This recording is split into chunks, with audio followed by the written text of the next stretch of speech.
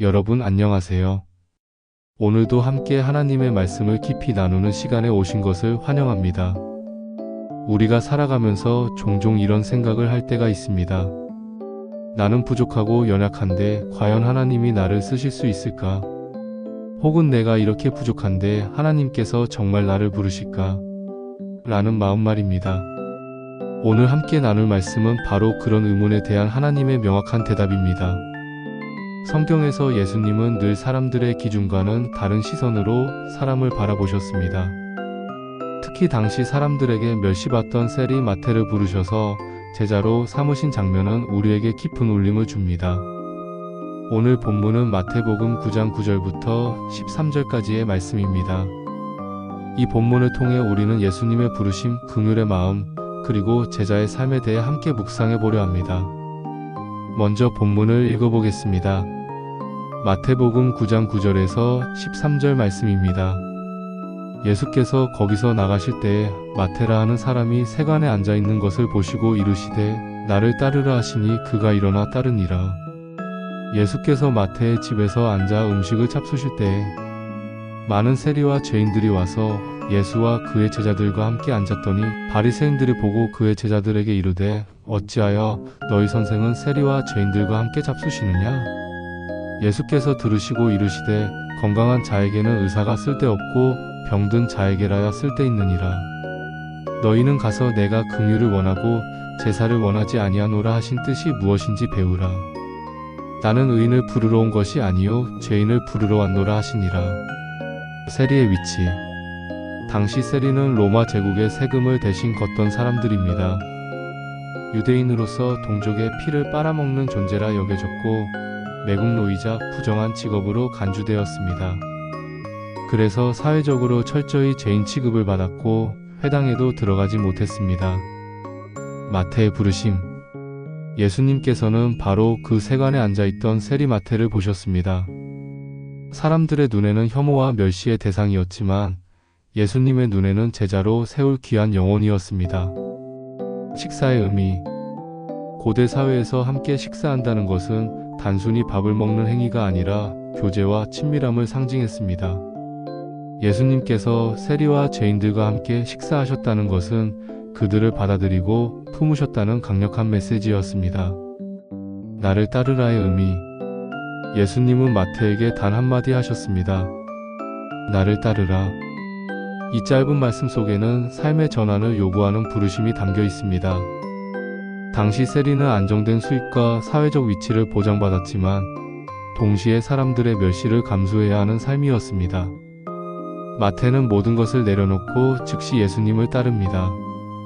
이것은 단순한 직업 전환이 아니라 삶의 주인을 바꾸는 결단이었습니다. 죄인들과 함께 하신 예수님. 마태의 집에서 벌어진 잔치에는 많은 세리와 죄인들이 함께 했습니다. 예수님은 그들과 기꺼이 식탁을 나누셨습니다. 당시 종교 지도자들, 바리새인들은 충격을 받았습니다. 어찌하여 너희 선생은 세리와 죄인들과 함께 잡수시느냐? 그들의 관점에서 예수님의 행동은 율법적 기준을 벗어난 파격이었습니다. 그러나 예수님의 마음은 분명했습니다. 그분은 죄인을 정죄하기 위해 오신 것이 아니라 구원하시기 위해 오셨습니다. 나는 긍휼을 원하고 제사를 원하지 않는다. 예수님은 호세아 6장 6절 말씀을 인용하시며 말씀하십니다. 나는 긍휼을 원하고 제사를 원하지 않는다.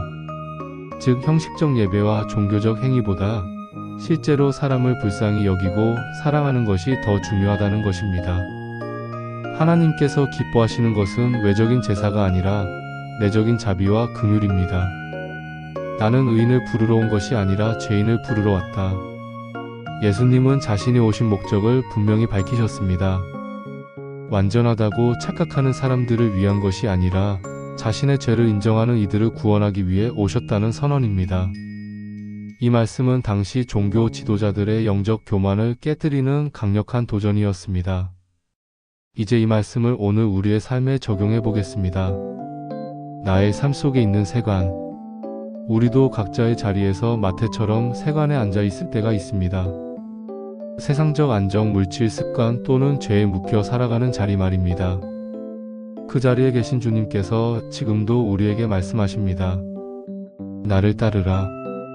주님의 부르심은 과거에만 있는 것이 아니라 오늘 이 순간에도 유효합니다. 부르심에 대한 즉각적인 순종. 마태는 곧바로 일어나 따랐습니다. 주님의 부르심은 미룰 수 없는 결단을 요구합니다. 혹시 우리는 조금 더 준비되면 따르겠다, 이 일만 끝나면 순종하겠다라고 미루고 있지는 않은가요?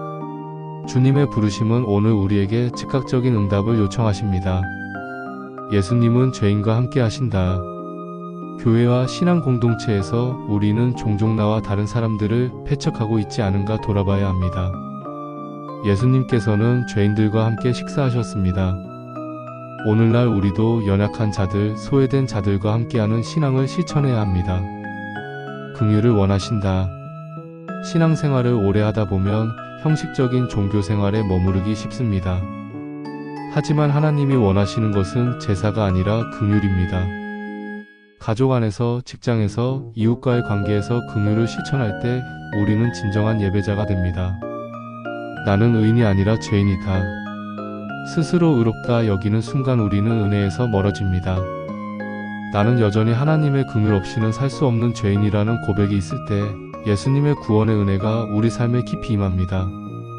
오늘 본문을 통해 우리는 세 가지를 기억해야 합니다. 첫째, 예수님의 부르심은 오늘도 유효합니다. 나를 따르라는 말씀은 과거의 마태에게만 주신 말씀이 아니라 오늘 우리에게도 주시는 초청입니다. 둘째, 주님은 죄인과 함께 하시며 우리를 있는 모습 그대로 사랑하십니다. 우리는 그 사랑을 받은 자로서 다른 이들에게도 긍휼을 베풀어야 합니다. 셋째, 하나님이 기뻐하시는 것은 형식적인 제사가 아니라 긍휼입니다. 신앙의 본질은 사람을 사랑하는 마음이며 그것이 곧 하나님을 사랑하는 길입니다. 마지막으로 함께 기도하겠습니다. 주님, 저를 있는 모습 그대로 부르시고 사랑해 주셔서 감사합니다.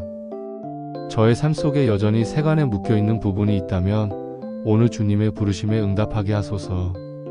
저도 주님처럼 긍휼의 마음을 가지고 살아가게 하시고 스스로 의롭다 여기지 않고 늘 주님의 은혜를 의지하며 살게 하소서. 예수님의 이름으로 기도드립니다. 아멘.